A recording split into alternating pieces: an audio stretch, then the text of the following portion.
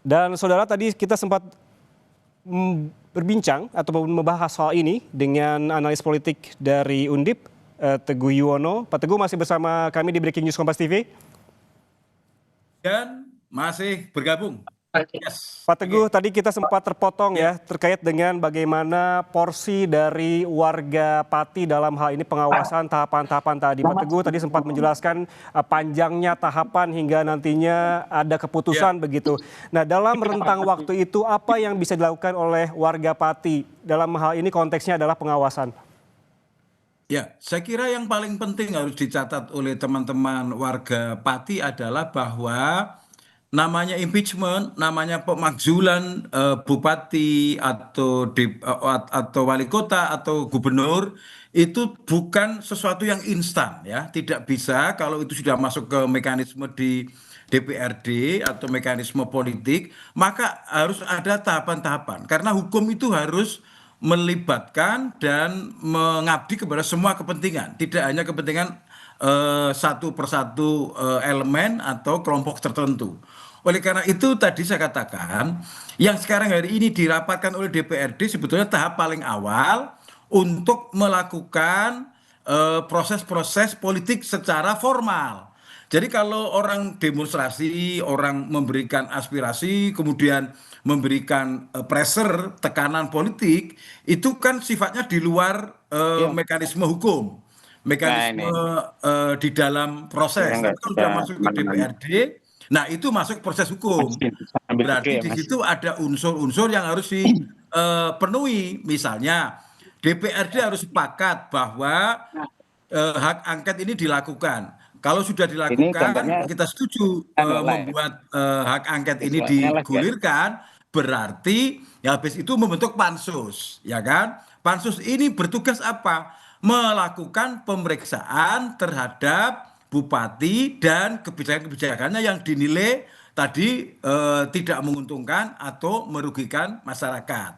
Tapi harus diingat, keputusan hak angket nanti, keputusan pansus nanti kan juga harus dipastikan keputusannya seperti apa. Bisa kemudian misalnya keputusannya oke, ditemukan pelanggaran sehingga bupati layak diusulkan diberhentikan. Atau yang kedua, bisa juga tidak ditemukan pelanggaran yang memenuhi syarat, apakah bupati harus diajukan untuk diganti apa tidak, diimpeach apa tidak. Jadi tetap saja proses politiknya kemungkinan itu masih bisa dua-dua. Bisa pansus itu memutuskan yes di proses impeachment atau tidak proses impeachment itu loh. Jadi masyarakat harus melihat dua kemungkinan gitu loh. Baik. Karena ini hukum kan belum inkrah ya, nanti proses itu kan belum inkrah. Nah setelah itu baru untuk memutuskan, setelah hak angket disetujui, kemudian pansus dibentuk, baru pemeriksaan itu ya, pemeriksaan. Para pihak diundang, wakil dari rakyat diundang, mungkin wakil yang demo-demo juga diundang, asosiasi diundang, masyarakat diundang, kemudian mungkin pemerintah daerah, OPD diundang untuk mengecek bener nggak ini ada pelanggaran oleh bupati, layak nggak pelanggaran ini berujung ke impeachment. Jadi masyarakat memang harus mengerti ini gitu, karena tahapannya memang begitu.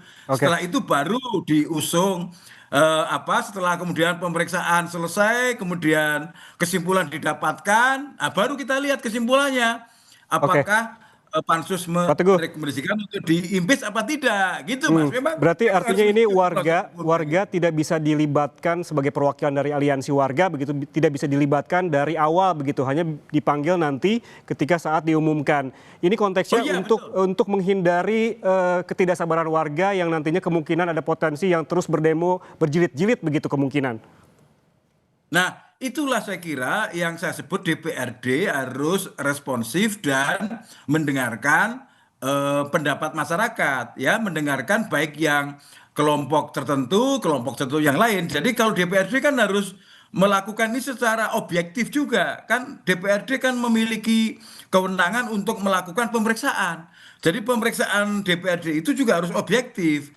Kalau perlu juga pansus itu bisa mengundang para ahli, para pakar, bisa pakar hukum, pakar sosial, pakar politik, pakar ekonomi untuk memastikan jangan sampai keputusan pansus nanti tidak benar, misalnya hanya karena diambil karena emosional, diambil tidak objektif.